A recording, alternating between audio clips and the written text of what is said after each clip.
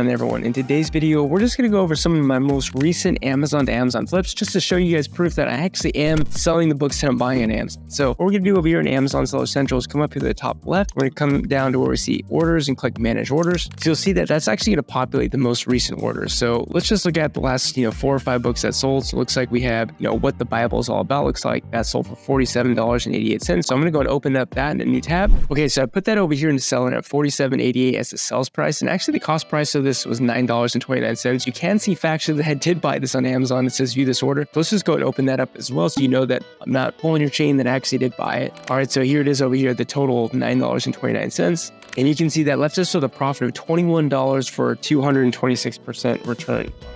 So this is a bread and butter book. This is a book that you buy under $15 that you sell for 40 plus. The great margin on those books, but more importantly, the amount of risk in those books is so small because you're really not investing a lot of capital in those books. So I'm really starting to notice that the books that do actually really well for me are the ones that I'm able to buy for like less than $10 and flip them for over 40, 50 bucks. So one other really important thing that you have to know about Amazon flips is that there are so many books that you sell that you can then go back and source again and again and again. Those are called replens. So this specific book, actually notice that you can actually buy it on Amazon now for $8 plus shipping. So a little bit more expensive than what I bought it for. But if we scroll down to the Keepa chart here, you'll actually see that I actually started tracking it. It looks like back here in April. And I think the reason why I started tracking is because I saw that this book had some history of showing for north of 25 bucks, maybe even up $30. So I was like, okay, well, let me go and start tracking it. Looks like I set a tracker for right around like $6.50. Looks like I actually hit my tracker there. I don't think I went too hard on this. I might have bought 1 or 2 copies in total, but what's interesting is that actually since then, the price has started to come back down again. Like there have been a few sales drops, but I was actually able to sell my copy even though the lowest use price was pretty cheap. So, the good news about this book is if you look back in the time when Amazon was selling this, the sales rank on this book was amazing. And the use price was actually still pretty high. So I knew that,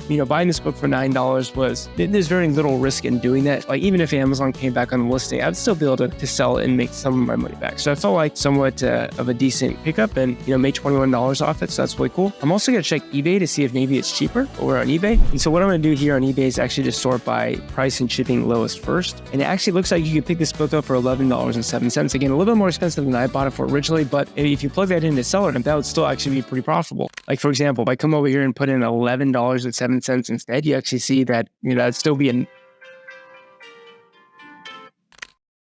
So you'll see if I come over here and actually put in a buy cost of $11.07, you'll still see that I'm pretty profitable. Like you still would have made $19 with that. So, you could go ahead and source that book if you wanted to.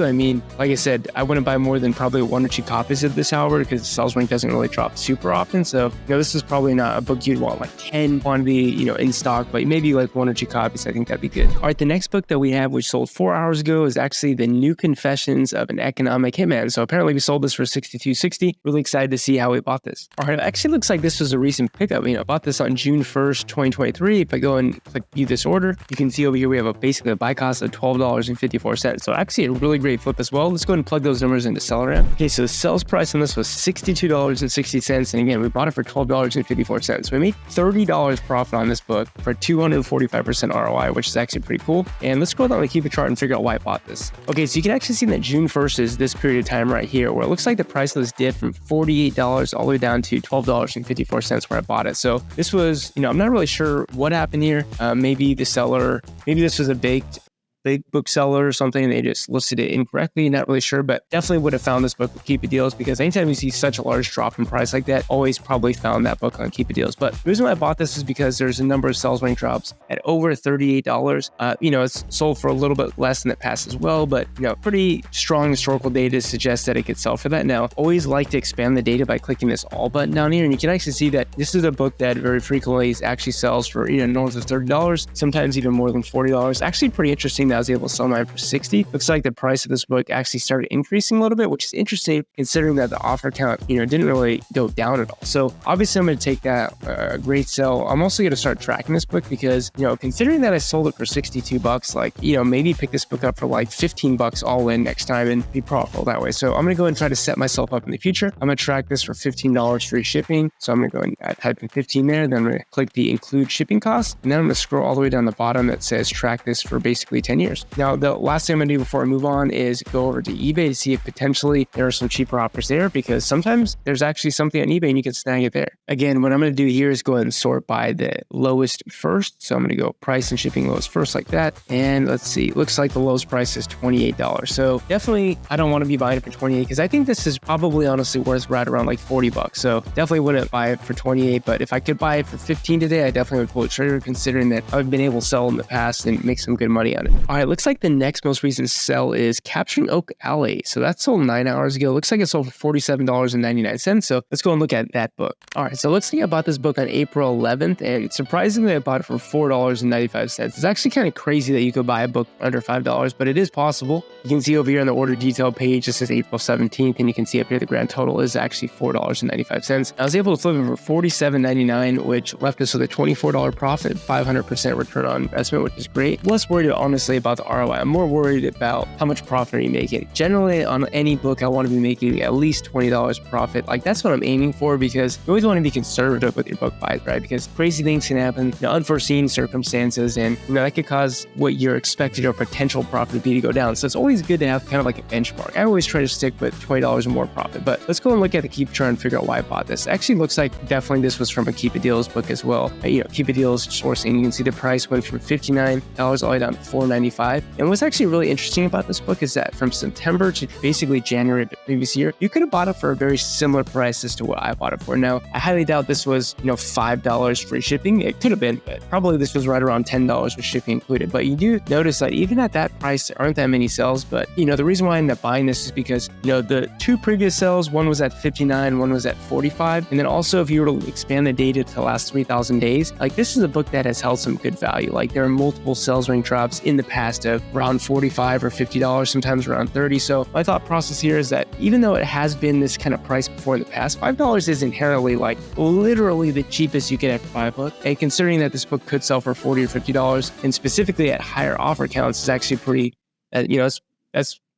that's a good sign. So I decided to pop on it. Again, the risk of spending $5 on a book is very, very low. Like, worst case scenario, you lose your money. And, I thought it was a no-brainer. So $47.99 is what I ended up selling it for. And there would actually be a little button here that says, how many people are tracking. And there's nobody even tracking this book. So in hindsight, I wish I would have bought multiple copies here, knowing that I could potentially sell for $47. So what I'm going to do is actually just set another tracker. If this thing is ever $10 or less, let us know. I think that'd be undervalued. Now, the next thing that sold is actually not even a book. It's actually a DVD. And this actually comes from Keepa Deals as well. You can actually see here, it says Keepa Deals tab. So let's go and open this up and see why we bought it. All right, so I mentioned that this is a DVD set. It's actually a collector's edition box set. Don't even know what this is, but this is the mobile suit Gundam. I think that's how you say it. Basically, I bought this for $15.98. Here it is over here. You can see, $11.99 plus shipping, $15.98. It says it up here as well, April 29th, and it was able to sell for $59.99. So I left us with a $27 profit for 173% ROI. So I don't really flip a lot of DVDs, but this came from the Keepa Deals page. I was kind of just more experimenting, like, can you do Keepa Deals with DVDs? Apparently you can, because this is a DVD set that I bought using it. And I'm not sure if I really want to delve too much into, Keepa Deals with DVD sets, but it just shows you that it's possible to do that in other categories. Now, actually what's quite interesting about this is I bought it on April 29th. You scroll down to the Keepa chart, you can see April 29th is this period of time right here where the price dropped from $72.99 down to $11.99. What's fascinating is that the sales rank did not drop when I bought this book. So that's factual evidence that you can buy a book